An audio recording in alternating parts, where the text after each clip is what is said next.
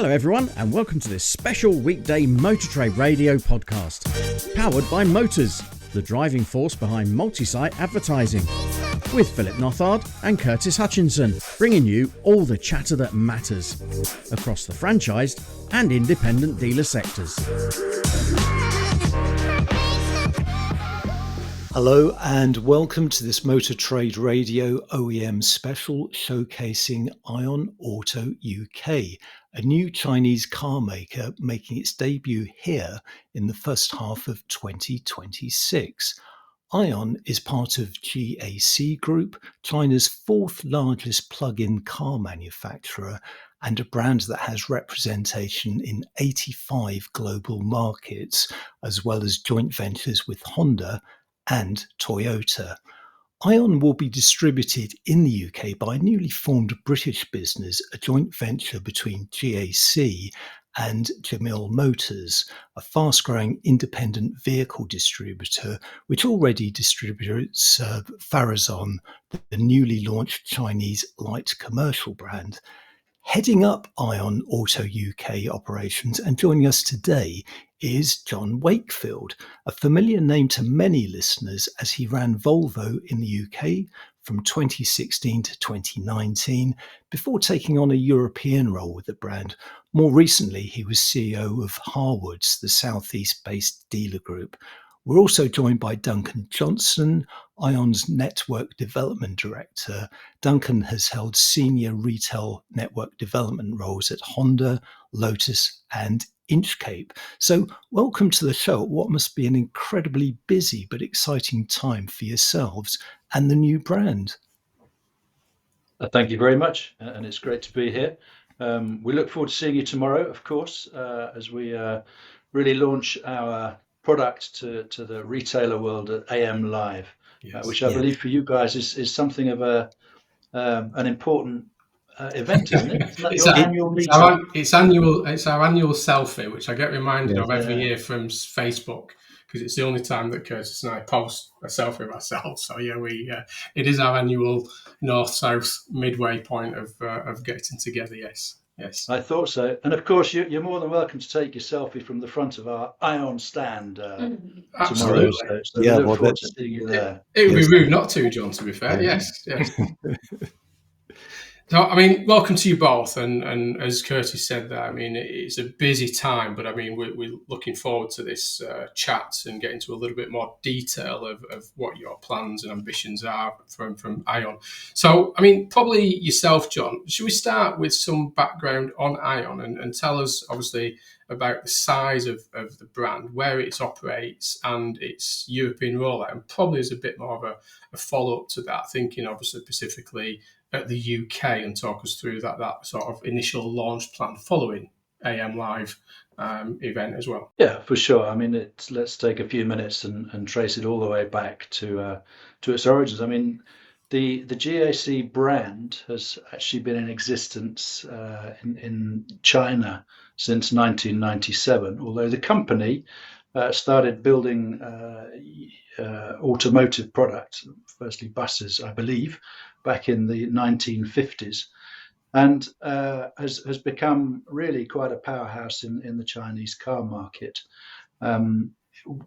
If you look at all of the brands, because in China GAC sells under 3 different brands, if you add all of those numbers up, it's within the top 10 of all Chinese car manufacturers. And in the EV segment, the key focus EV segment in China, the AION brand and High-Tech sell between them a volume which is within the top 5 of all brands for EV sales in China. The company has quite an interesting history of joint ventures in the UK, and we'll come on to talk about it. We're not a national sales company in the traditional sense. We've set up a UK registered company with 2 shareholders, one being GAC, one being Jameel. And that history of joint venture approach is quite strong in GAC's history.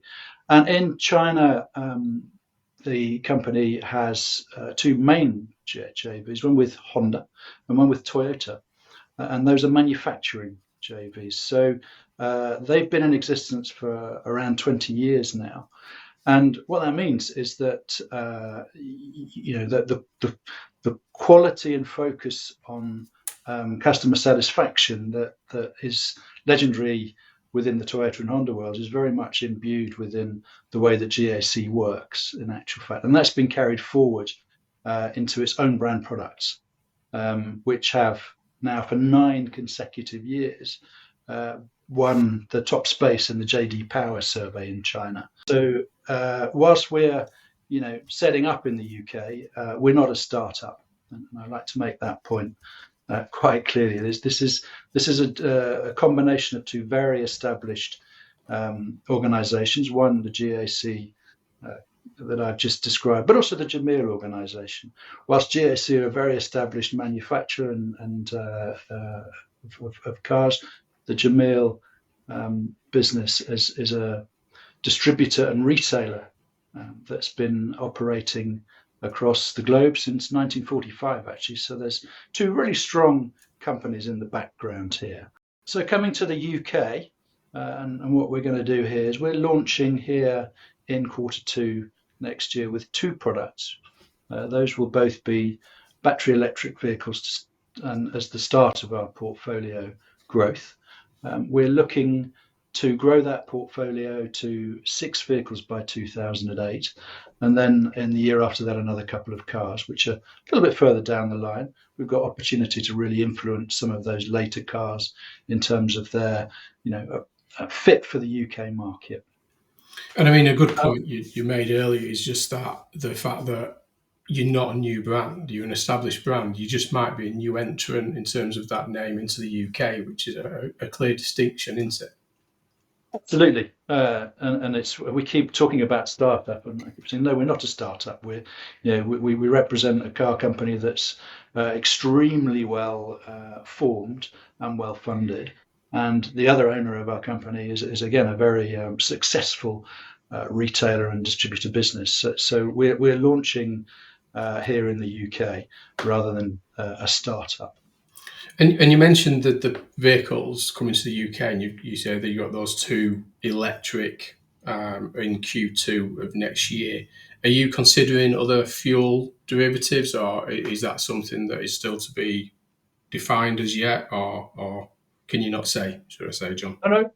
Well, we won't be selling ICE cars in the UK. So the first 2 are pure battery electric vehicles. Then we'll have a PHEV product coming into the market in 2027, and after that a mix of PHEV, BEV, and also there are other technologies available to us which we will evaluate in the next months. For example, REEV, range extender electric vehicles, which are seeing a second generation of a second wave of interest in other markets. So we'll look at that as well, and if that's appropriate for the UK, we certainly have the opportunity to bring those car lines in. And I think it's a really important sort of point to raise here in terms of the way the JV is structured and our influence upon GAC and the importance to them of coming to Europe. I mean, the UK is the second largest EV market here, but of course it's a real sort of gateway market to Europe. We're really able to influence a lot of things actually, and future product lines and formats and design is actually something that we will get very heavily involved in moving forward. And Duncan, a couple of questions for you. So, the key to the successful UK launch of AION will be establishing a dealer network. Can you tell us how that's actually progressing, and also how many dealers you need to have in place when you launch next year? Absolutely right, Curtis. Our key focus right now is to build that retail partner network. And I use those words very carefully. We are looking for retail partners, not for pure dealers. Yeah. As John's alluded to, our business is a joint venture between Jameel Motors and GAC International. We see our retail partners as that third leg of the stool, as it were, being a really important part of that this partnership. In terms of the number of sales points, If you look at the UK markets, traditionally you need around 100 points of representation to cover the market in total, but we're not going to be there next year. This is clearly a growth towards that over the next 4 to 5 years. So what we're really looking for are regional partners.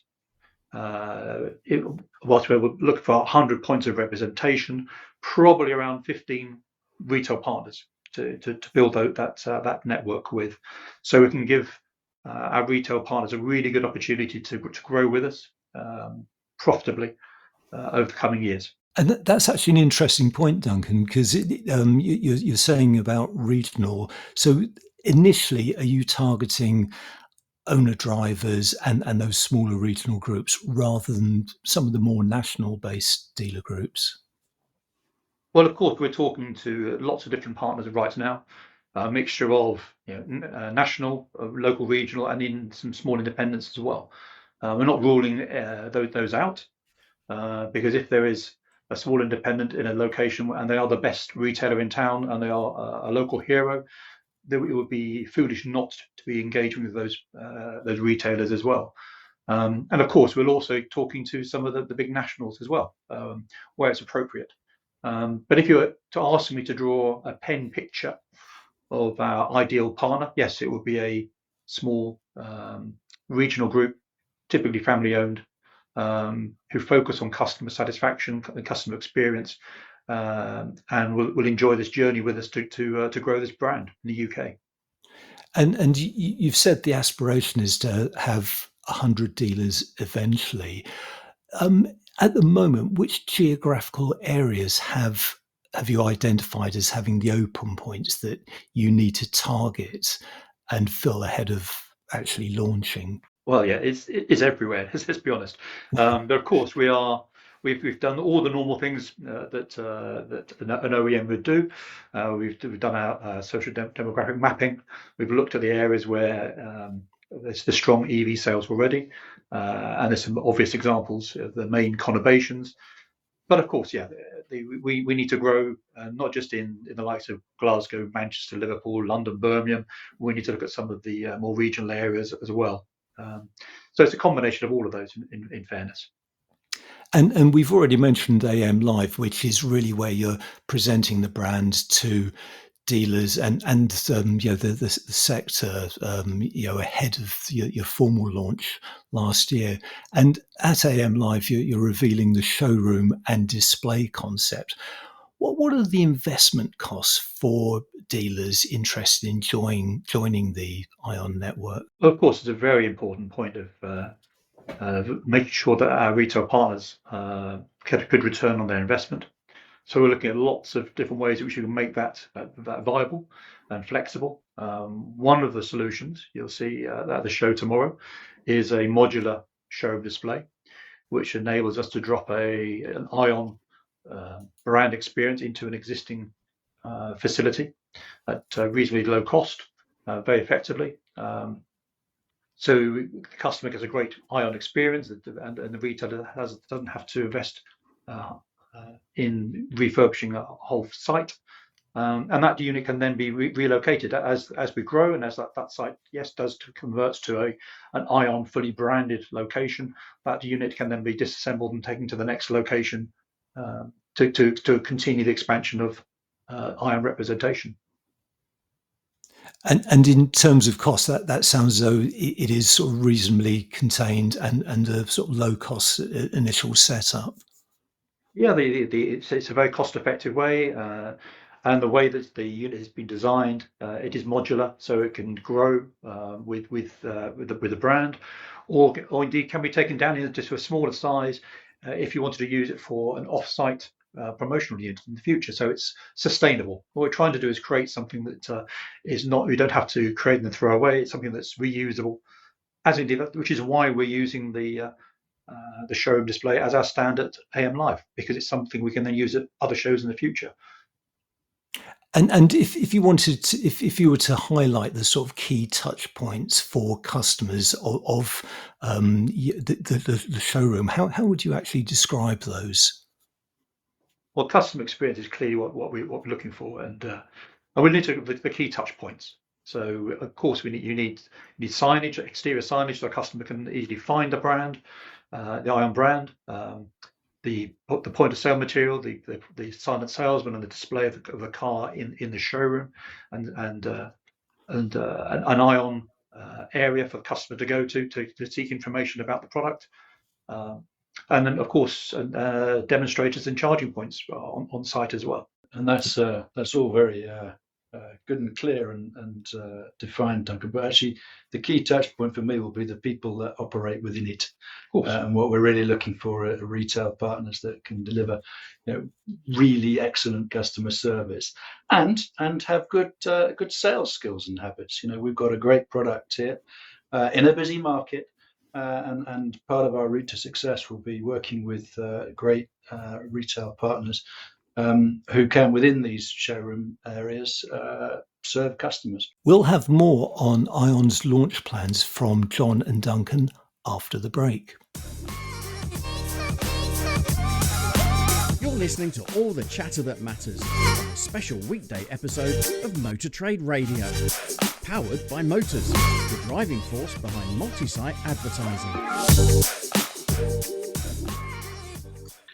And I mean, Jon, you touched on a couple of points earlier in our conversation, and Duncan's talked around those sort of retail partners. You're entering what is probably a busy marketplace with various new entrants from different markets, mainly from the Chinese market and predominantly by the EV marketplace. But just for clarity in terms of what will make, and let's say you've touched on this in terms of your heritage with the manufacturer over in China there with Honda and partnerships with Toyota, and you've just touched on that around that selective dealers. But what will make AION stand out for dealers and consumers, particularly over the sort of next 12 months as you start to roll out in the UK market with those initial couple of vehicles, models initially, and then others to follow? Well, I think that cars that stand out to consumers will therefore provide something that stands out for dealers. And if I then work it back from what we're experiencing from customer feedback, look, in the background to this launch, we've pulled quite a number of people with a lot of experience in the UK market together and done some really good groundwork and have sort of formed our launch in a good way. And as part of that, we had, as recently as last week, our AION V, which you'll see tomorrow at AM Live, clinicked against a real basket of similar product, not just from other new entrants, but from some of the more legacy players in the business.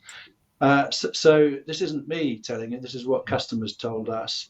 They really like the numbers. So the AION V does a great job in areas like pure range, in its charging capacity, and in its battery safety credentials. But they also like the quality, they like the content, and aspects like interior space. So what we've got is something that appeals in a very all-round way to consumers. And then if you back that with what we will now seek to do to support that with a really great customer service wrapper through working with great dealers, I think we have got something which will differentiate ourselves in the market. It's going to be hard, and we're up for the challenge. We've got a great product to start, and we're looking for some great dealers to work on the project with us. Yeah, so it sounds like that differential, as you say, not just going up against other Chinese manufacturers, but those more traditional manufacturers with, like you say, that partnership, that customer service level, and as you say, they're bringing those experience at that exec level into the UK market. Yeah, exactly that. It's using our combined experiences in the marketplace and thought processes to drive a great business into the UK. Certainly the retailers we're already talking to like the approach. They like the fact we're a joint venture. They like the fact that we have both retail distribution experience and OEM as part of the joint venture. So yes, it's very encouraging. And John, we've already discussed that it's a busy market that you're launching into. Can you shed any light on what sort of market share you'll be looking at over the next 5 years in the UK? Let's look at it in these terms. I mean, we will have by 2028 a portfolio of 6 car lines in the UK across various segments and powertrains. As I've spoken about in the past, the culture and the mindset within JAC and the Jameel organisation is about coming into a market with a long-term view, growing and maintaining a sustainable business here in the UK is what we're about. And the third partner within that will, of course, be those retail partners. And in that sort of three-pronged approach, we will take as rapid an approach to growing in a way that's profitable for us and our partners, and a way that allows us to grow a great reputation amongst our customer base, as we see fit. So we are here for the long term. And it's interesting what you've been saying about the customer clinics you've been holding. What can you tell us about the customer profiles that you think AION will be appealing to? Well, one of the key pieces of work that we're doing, and it was the input from the customer clinics will be one of them. And bearing in mind our consumer launch won't be until Q2 next year, is to really identify and hone down on what those customer profiles are, and to give some kind of brand definition. Actually, we've got a great product, but what those customers told us was that actually there are attributes of our car that would fit with some of the things that people who buy many other brands of cars are looking for. So we have something which will appeal to many, and actually we just need to hone that down and probably bring more specificity. But we've got a great broad option here, and that will change with time as our portfolio rolls forward, and as our approach to market develops. We will serve the market as we see fit. I think flexibility is key here, and agility. And our JV structure, working with great retail partners, will allow us to serve the market well. I mean, that's a key message to get across. That you say you've got between now and obviously mid Q2 2026 to continue doing what you're doing in terms of that entrance and the clinics and research, etc.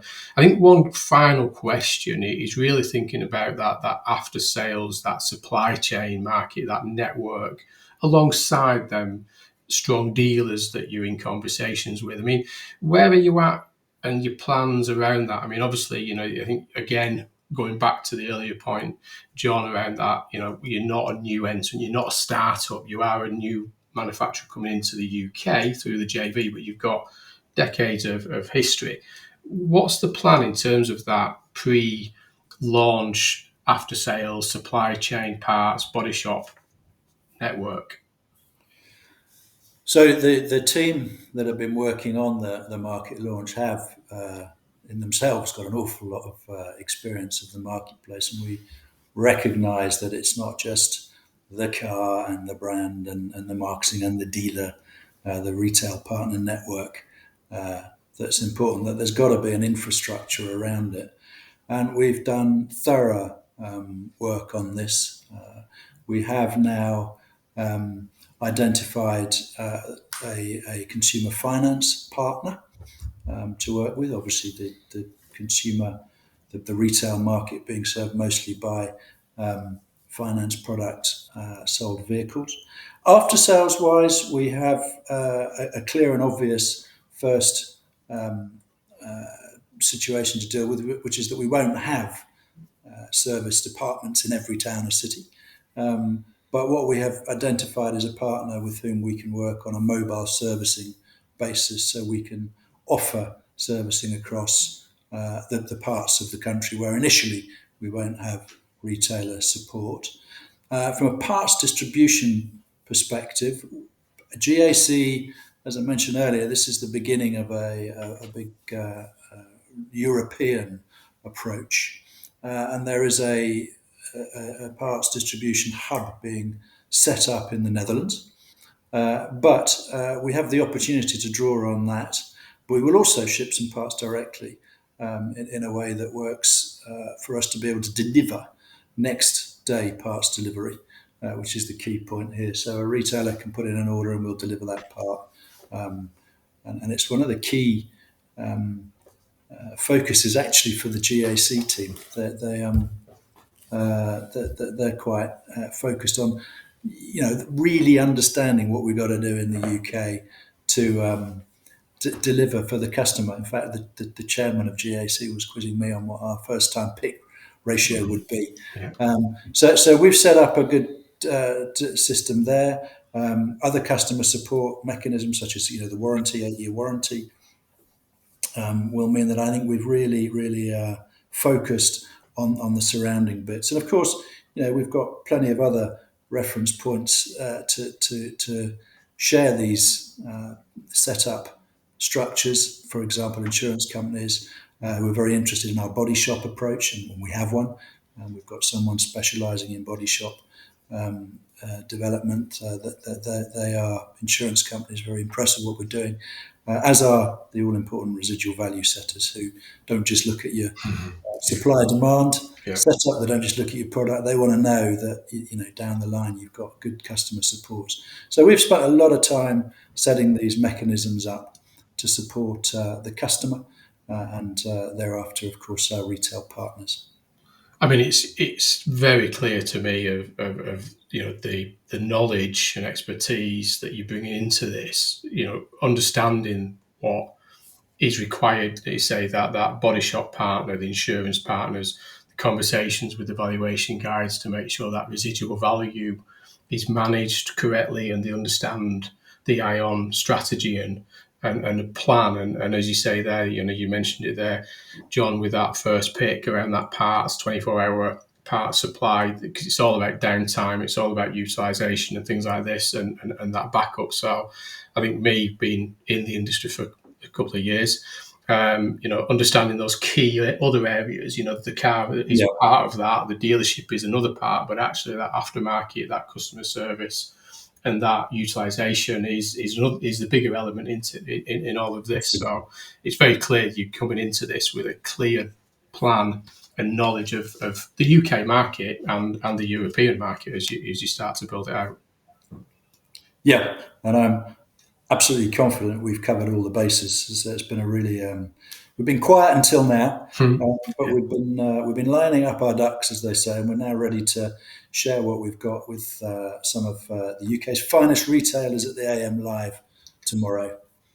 Yeah, we will see you there. I'm looking forward to seeing it in the flesh and meeting yourselves, obviously, and the setup. I mean, it's a huge thank you for me and Curtis for sharing this and giving us the opportunity to talk through the plans and the strategy and clearing up some of that back knowledge around the history around it and where this JV and the brand is coming into the UK market as you start to have those conversations with the preferred dealer partners and representation across the sector. So a huge thank you to yourself and obviously yourself, Duncan, for giving me the time today.